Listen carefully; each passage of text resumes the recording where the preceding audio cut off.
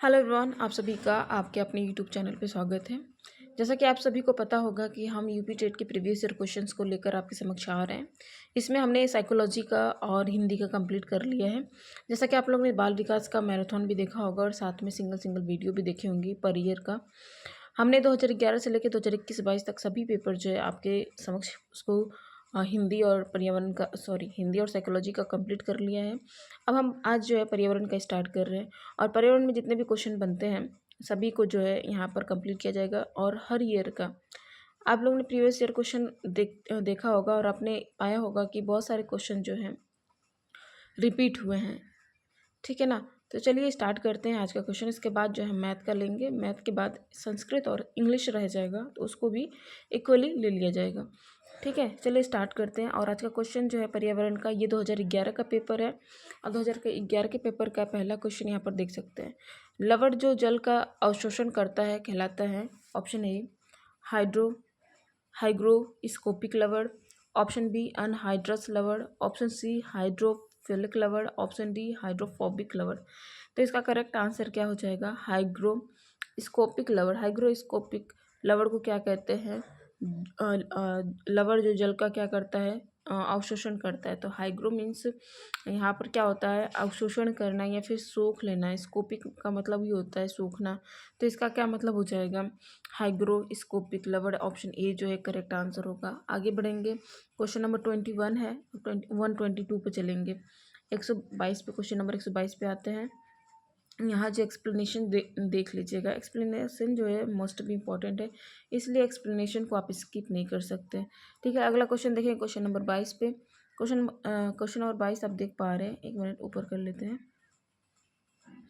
Question number 22 आप देख पा रहे हैं, यहाँ पर है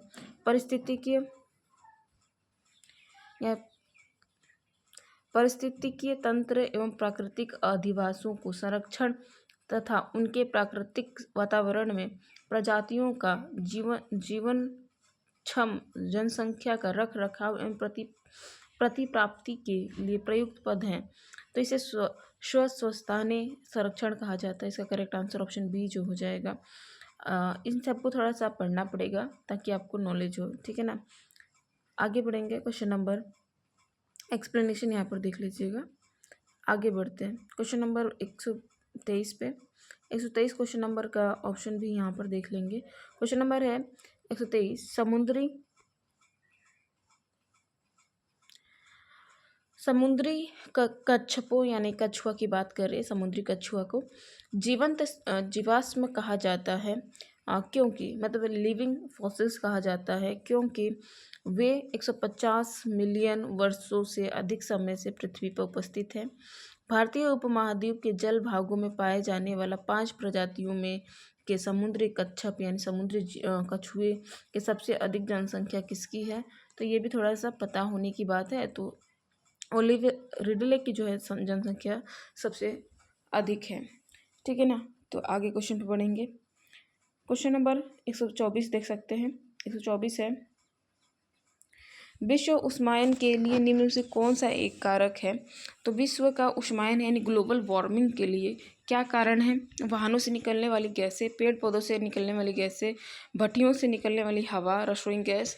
तो सभी को पता है वाहनों से निकलने वाली गैसों के कारण जैसे CO2 के कारण जो है ग्लोबल वार्मिंग हो रहा है। आगे बढ़ेंगे, यह एक्सप्लेनेशन देख लीजिएगा। क्वेश्चन में से पता है धातुमय प्रस्तर किसे कहा जाता है? तो धातुमय प्रस्तर किसे कहा जाता है? ऐश को क्या कहा जाता है? धातुमय मेटल प्रस्तर क्या किसे कहता है? तो ऐश को जिसे और भी कहा जाता है उसको क्या कहा जाता है? धातुमय प्रस्तर कहा जाता है। आगे बढ़ेंगे, क्वेश्चन नंबर 126 पे। 126 देखेंगे आप सभी। पेड़ पौधे प्रदूषण को घटाते हैं क्योंकि वे अवशोषण करते हैं। क्या अवशोषण करते हैं? पेड़ पौधे कार्बन डाइऑक्साइड का जो है अवशोषण करते हैं, इसीलिए क्या है प्रदूषण को क्या करते हैं? कम करते हैं। क्योंकि हमारे वाहनों से जो है CO2 निकलती है और उसको सोखने का काम कौन करता है? पेड़ पौधे करते हैं। अगला 127 क्वेश्चन में भूकंप का मापन मापा जाता है। भूकंप का मापन बोफोर्ट पैमाने में, डेसिबल में, न्यूटन में या फिर रिक्टर में। तो सभी को पता है भूकंप जो है मापा जाता है रिक्टर पैमाने पे जो है मापा जाता है। आगे आगे बढ़ेंगे। अब भूकंप को जिस ग्राफ से देखा जाता है उस ग्राफ को सिस्मोग्राफ कहा जाता है। महासागरों, क्वेश्चन नंबर 28, महासागरों में जल स्तर वृद्धि का कारण है। तो जल स्तर महासागरों में वृद्धि के कारण क्या है? ध्रुवीय प्रदेशों में बर्फ का पिघलना, अत्यधिक वर्षा, अम्ल वर्षा, उपरोक्त में से कोई नहीं। तो ध्रुवीय वर्षा जो है, ध्रुवीय प्रदेशों में बर्फ का पिघलना ही महासागरों में जल स्तर का वृद्धि का कारण है। आगे बढ़ेंगे। वातावरण में अत्यधिक हानिकारक सल्फर मिश्रित गैस कौन सी है? हम सभी को पता है कि हमारा जो ताजमहल है किसके कारण डिस्ट्रॉय हो रहा है? SO2 के कारण। तो हमारा ऑप्शन डी जो है करेक्ट आंसर हो जाएगा। क्वेश्चन नंबर 30 पे बढ़ेंगे। वायु प्रदूषण को कम किया जा सकता है। कैसे कम किया जा सकता है? वृक्षों द्वारा, मछलियों द्वारा, जंतुओं द्वारा, सूर्य प्रकाश द्वारा। तो वृक्षों द्वारा जो है वायु प्रदूषण कम किया जा सकता है। मछलियाँ वायु प्रदूषण कम नहीं कर सकती, जंतु तो और बढ़ाते हैं, सूर्य भी नहीं कर सकता। वायु प्रदूषण को जो सोखने का काम करते हैं पेड़ पौधे करते हैं, जैसे कार्बन डाइऑक्साइड। ठीक है ना? तो यहाँ पर देख सकते हैं। विश्व पर्यावरण दिवस मनाया जाता है, ये बच्चों को पता होता है। विश्व पर्यावरण दिवस 5 जून को मनाया जाता है। आगे बढ़ेंगे। क्वेश्चन नंबर, ये थोड़ा सा याद रखिएगा। लास्ट लाइन जो है, सर्वप्रथम बैठक 1972 में स्कॉटलैंड में आयोजित हुई। तो ये पूछता है कि वायु प्रदूषण के विश्व पर्यावरण दिवस की जो प्रथम बैठक है कब हुई थी? तो 1972 में हुई थी, याद रखिएगा। 132 पे चलेंगे। 132 पे, सूर्य के हानिकारक किरणों से पृथ्वी को कौन सा स्तर सुरक्षित रखता है? तो सभी को पता है सूर्य की पराबैंगनी किरणें क्या है या फिर हानिकारक किरणें क्या है? तो ओजोन लेयर इसके लिए आंसर करेक्ट होगा। ठीक है ना? आगे बढ़ेंगे। नेक्स्ट क्वेश्चन पे आते हैं 133 पे। 133 का देख सकते हैं, किसी जगह के फ्लोरा और फना सूचित करता है। तो मैं आपको बता दूं, यहाँ पर जो फ्लोरा मतलब होता है पेड़ पौधे और फना का मतलब होता है जंतु, याद रखिएगा। अब कैसे रखेंगे फ्लोरा? तो फर्स्ट फ्लोरा से फ्लावर आता है। अब फ्लावर कहाँ उगता है? पेड़ पौधों पे उगता है। तो आप इसे हमेशा याद रखेंगे, फ्लोरा से क्या हो जाएगा? पेड़ पौधे, और फैना से क्या हो जाएगा? जंतु। एक याद रहेगा, दूसरा अपने आप याद हो जाएगा। इसका करेक्ट आंसर क्या हो जाएगा? ऑप्शन 1 जो है करेक्ट आंसर हो जाएगा। पेड़ पौधे और जंतुओं को क्या ही बोलते हैं? फ्लोरा और फना बोलते हैं। क्वेश्चन नंबर चलेंगे 134 पे। 134 आपके समक्ष है, पारिस्थितिकीय तंत्र का उदाहरण है। तो हमने बहुत से प्रकार के पारिस्थितिकीय तंत्र पढ़ते हैं। सॉइल कहते हैं, यहाँ पर हम फॉरेस्ट वाला पढ़ते हैं, फिर तालाब में पढ़ते हैं, और भी बहुत सारे पढ़ते हैं। तो उसमें तालाब वाला जो है एक बेस्ट उदाहरण हो जाएगा पारिस्थितिकीय तंत्र का। ठीक है ना? निम्न में से दिए गए ऑप्शनों से मैं कहूँ बेस्ट ऑप्शन जो होगा तालाब होगा। ठीक है ना? क्योंकि तालाब में हम देखते हैं कि प्लैंकटॉन्स होते हैं। प्लैंकटॉन्स को फिर उसका भी सॉरी फॉर नॉइस, यहाँ पर थोड़ी आवाज़ हो रही थी, उसी को मैंने क्लोज किया है थोड़ा सा। ठीक है ना? तो हमारा तालाब जो होगा उसका बेस्ट आंसर होगा। ठीक है ना? आगे बढ़ेंगे। कौन जीवीय कारक नहीं है? तो जीवी कारक कौन सा नहीं है? सभी जिसमें जीव दिख रहे हैं वो जीवी कारक है, जिसमें नहीं दिख रहा है वो नहीं होगा। तो पेड़ पौधे, जंतु, सूक्ष्म जीव, ये सभी जो है जीव हैं। प्रस्तर जो है जीव नहीं है, तो इसका करेक्ट आंसर प्रस्तर हो जाएगा। आगे बढ़ेंगे। अधिकतर पेड़ पौधे पाए जाते हैं, तो कहाँ पाए जाते हैं? थोड़ा ही बच्चों के टाइप क्वेश्चन पूछ दिया है। तो कहाँ पाए जाते हैं? स्थल मंडल में पाए जाते हैं। जल मंडल में पेड़ पौधे ज़्यादा नहीं होते हैं। वायुमंडल में भी ज़्यादा नहीं होते हैं। प्रकाश मंडल में तो आप जानते हैं पॉसिबल ही नहीं है। वायुमंडल में भी पॉसिबल नहीं है। तो इसका करेक्ट आंसर क्या हो जाएगा? ऑप्शन ए जो हो जाएगा। और 137 पे चलते हैं। मृत अन्य मृत जंतुओं पर निर्वाह करने वाले प्राणी को कहते हैं। तो क्या कहेंगे जी? स्क्वेंचर कहेंगे। जो मृत जीवों पर अपना खाना भोजन लेते हैं उसे क्या बोलते हैं? स्क्वेंचर कहते हैं। डिकम्पोजर क्या करता है? मृत जीवों को डिकम्पोज कर देता है। ओमनीवोरस क्या होता है? सभी प्रकार के भोजन, यानी कि मांस, मछली, शाकाहारी, मांसाहारी, दोनों प्रकार के जंतु जो होते हैं उसे ओमनीवोरस कह रहे हैं। पैरासाइट जो होता है किसी जीव पर रहकर उसी जीव से अपना भोजन लेता है, उसे क्या बोलते हैं? पैरासाइट बोलते हैं। स्क्वेंचर वो होता है जो सड़े गले चीज़ों को क्या करता है? निर्वाह करता है, प्लस साफ सफाई भी करता है। तो यहाँ डिकम्पोजर और स्क्वेंचर में आपको थोड़ा कन्फ्यूज़न होगा, तो हम क्या कहेंगे? इसका करेक्ट आंसर स्क्वेंचर के साथ चलेंगे। ठीक है ना? आगे बढ़ेंगे। सीएनजी संक्षिप्त रूप सभी को पता होगा। कंप्रेस्ड नेचुरल गैस को क्या बोलते हैं? सीएनजी बोलते हैं। तो एलपीजी क्या बोलेंगे? Liquefied petroleum gas. Liquefied petroleum gas को क्या बोलते हैं? एलपीजी बोलेंगे। सीएनजी क्या है? कंप्रेस्ड नेचुरल गैस बोलेंगे। ऐसा ही आता ही है, ठीक है ना। तो ये आपको याद करना है। आगे बढ़ेंगे, अगला क्वेश्चन पे आते हैं। एक्सप्लेनेशन यहाँ पर देख लीजिएगा। क्वेश्चन कौन सा था? 138 था, अब 139 पे आते हैं, ठीक है ना। 139 क्वेश्चन है यहाँ पर, आप देख सकते हैं। निम्न कौन सा विश्व उष्मायन के का कारण है? तो सभी को पता है विश्व उष्मायन का कारण क्या है? वायु प्रदूषण है, ठीक है ना। आगे बढ़ेंगे। 140 महासागर ने पृथ्वी पृष्ठ के अधिकांश जगह को आवृत किया है, जो लगभग, मतलब कि महासागर ने पृथ्वी कितने भागों पे लगभग क्या किया है? अपना कह सकते हैं अधिकांश भाग, कितना आवृत यानी कितना घेर रखा है। तो यहाँ पर हमें पता है कि पृथ्वी पर कितना 71% जो है लगभग पानी है, पानी है, बाकी जो है लैंड है।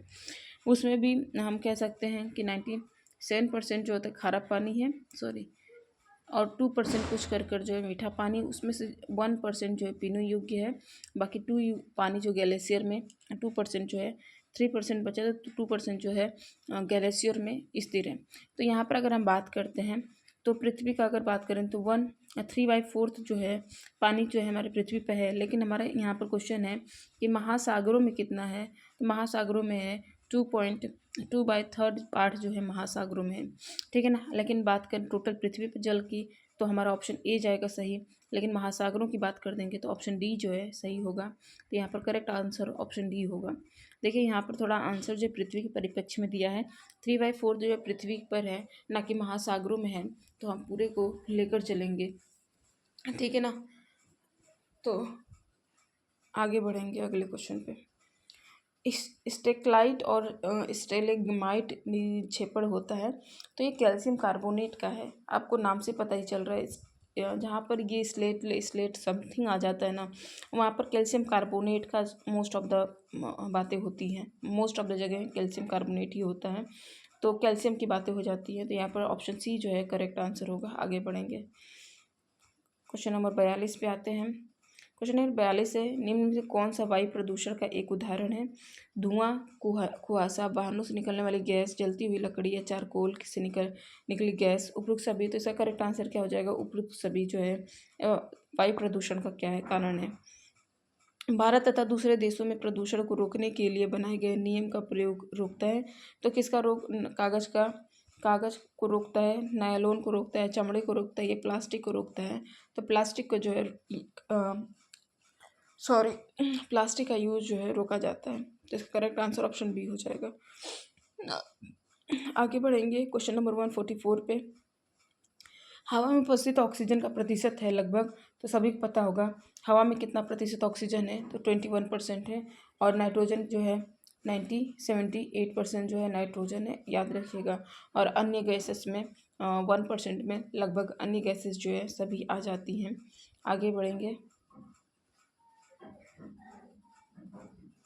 कितना क्वेश्चन नंबर 45 पे आते हैं। 145 पे क्वेश्चन नंबर 145, क्वेश्चन 145, परम ताप पैमाना कौन सा है? तो हम सभी को पता है परम ताप क्या है। हम माइनस जो होता है 73 को परम ताप कहते हैं। लेकिन यहाँ पर जो परम ताप पैमाना का कौन सा, मतलब हम लोग यूनिट क्या लेते हैं, ये पूछने का इसका अर्थ है। ऑप्शन के अकॉर्डिंग हमें यूनिट पूछा जा रहा है, परम ताप का यूनिट क्या है? तो परम ताप का केल्विन होता है। और एसआई यूनिट की बात करें, एसआई मात्रक की बात करें या फिर यूनिट की बात करें, तो हम क्या करते हैं एसआई मात्रक में केल्विन ही लेते हैं, ठीक है ना। सेल्सियस नहीं लेते हैं, केल्विन लेकर चलते हैं, ठीक है ना। तो अगर हमें कोई भी तापमान मापना रहता है तो अगर 273 में क्या करते हैं, हम जोड़ देते हैं। अगर हम कहेंगे कि 1 डिग्री सेल्सियस को केल्विन में बदलो, तो क्या करोगे? 273 में उसको क्या कर दोगे? ऐड कर दोगे, तो केल्विन में बदल जाएगा। आगे चलते हैं, इसका करेक्ट आंसर ऑप्शन सी होगा। आगे बढ़ेंगे, प्रकाश संश्लेषण संपादित होता है सभी पौधों द्वारा, सभी जंतुओं एवं पौधों द्वारा, सभी हरे पौधे द्वारा, तो वायरसों द्वारा। तो इसको करेक्ट आंसर क्या हो जाएगा? सभी पौधों द्वारा, क्योंकि सभी हरे पौधे जो है क्लोरोफिल कंटेन करते हैं, क्लोरोफिल। और सभी जहाँ भी क्लोरोफिल रहेगा वहाँ क्या प्रकाश संश्लेषण यानी फोटोसिंथेसिस होना ही होना है। और क्लोरोफिल ही है जो पत्तियों को हरा बनाता है और यही हरा भाग जो है फोटोसिंथेसिस करता है। आगे बढ़ेंगे तो इसका करेक्ट आंसर सी हो जाएगा। क्वेश्चन नंबर 147 पे आते हैं। निम्न कौन सा अंतर्राष्ट्रीय संस्था पूरे विश्व में पर्यावरण सुरक्षा की देखभाल करती है? तो यहाँ पर यूएन जो है तो यूनाइटेड नेशन जो है कह सकते हैं पर्यावरण सुरक्षा की जो देखभाल करती है WWF यानी कि वर्ल्ड वाइड फॉरेस्ट ऐसा कुछ है, फॉरेस्ट रिजर्व ऐसा कुछ इसका फुल फॉर्म है। WHO और पेटा ये सब भी जो है ये हेल्थ के लिए देखा जाता है। और ये सब जो है रेड डेटा बुक का नाम सुना होगा आप लोग ने, जिसमें विलुप्त और इंडेंजर वैल्यूएबल लेवर बहुत सारे प्रकार की जो है जीव हैं जो रेयर हो चुके हैं या फिर संकटग्रस्त हैं, उन सभी को कौन देखता है? WWF और पेटा देखते हैं। इसका करेक्ट आंसर जो हो जाएगा ऑप्शन डी जो है करेक्ट आंसर हो जाएगा। आगे बढ़ेंगे। कीटनाशक के अत्यधिक इस्तेमाल से क्या होगा? तो कीटनाशक के अत्यधिक इस्तेमाल से वायु प्रदूषण भी होता है, ध्वनि प्रदूषण भी होता है, जल प्रदूषण भी होता है। ये तीनों होगा यानी सभी होगा। जल प्रदूषण आप लोग जानते हैं कैसे होगा, ध्वनि प्रदूषण कैसे होगा और वायु प्रदूषण कैसे होता है। कीटनाशकों प्रयोग से सभी जो है मोस्टली जो होता है जल प्रदूषण इसको ज़्यादा अफेक्ट करता है। तो यहाँ पर जो ऑप्शन सी जो है करेक्ट आंसर होगा। वायु प्रदूषण तो कहीं ना कहीं होता है क्योंकि जब हम, लेकिन ये ध्वनि प्रदूषण थोड़ा सा मैंने ध्यान नहीं दिया। लेकिन देखिए वायु प्रदूषण कैसे होता है, जब आप कोई कीटनाशक स्प्रे करते हैं तो स्प्रे करने के थोड़ा स्प्रे करते समय क्या होता है उसके जो छोटे छोटे कण हैं वायु में जो है मिक्स हो जाते हैं और वो छोटे छोटे कण जो होते हैं क्या एक जहर के रूप में होते हैं, ठीक है ना। तो कहीं ना कहीं वायु के एयर के जो पार्टिकल उसको एब्जॉर्ब करते हैं और जब वहाँ जो भी सांस लेगा उसके सांस के साथ जो होते हैं कुछ इनहेल हो जाते हैं, सांस में अंदर चले जाते हैं। तो कहीं ना कहीं हमारे बॉडी के लिए क्या है एक वायु प्रदूषण की तरह ही काम करता है। बाकी जल प्रदूषण तो होना ही होना है। बाकी यहाँ पर ध्वनि प्रदूषण कुछ सूझ नहीं रहा है, इसलिए इसका सभी आंसर ना देकर हम जल प्रदूषण इसका करेक्ट आंसर मानेंगे, ठीक है ना। आगे बढ़ेंगे। ध्वनि या ध्वनि प्रदूषण मापा जाता है तो किस में मापा जाता है? डेसिबल में, डेसिमल में, फोन में या डेसी में? तो हम डेसिबल में जो है ध्वनि प्रदूषण मापते हैं, ठीक है ना। ऑप्शन सी जो है करेक्ट आंसर है। और एक व्यक्ति के लिए सबसे अच्छी ध्वनि डेसिबल में कितनी होनी चाहिए? 70 से 80। अगर 100 से ऊपर है ना तो ध्वनि क्या है हमारे लिए, कानों के लिए बहुत हार्मफुल है। तो इसलिए जो हमारे कानों के लिए सबसे बेस्ट ध्वनि का मापन तीव्रता जो है 70 से 80 होता है। आगे बढ़ेंगे। लास्ट क्वेश्चन है। लास्ट क्वेश्चन में निम्न कौन सा पर्यावरण के लिए हानिकारक है? तो अभी हमने देखा था पर्यावरण के लिए हानिकारक क्या था? प्लास्टिक था। तो इसका करेक्ट आंसर प्लास्टिक हो जाएगा। बाकी तो सेम क्वेश्चन लगता है रिपीट कर दिया है, ठीक है ना। तो आज के लिए बस इतना ही।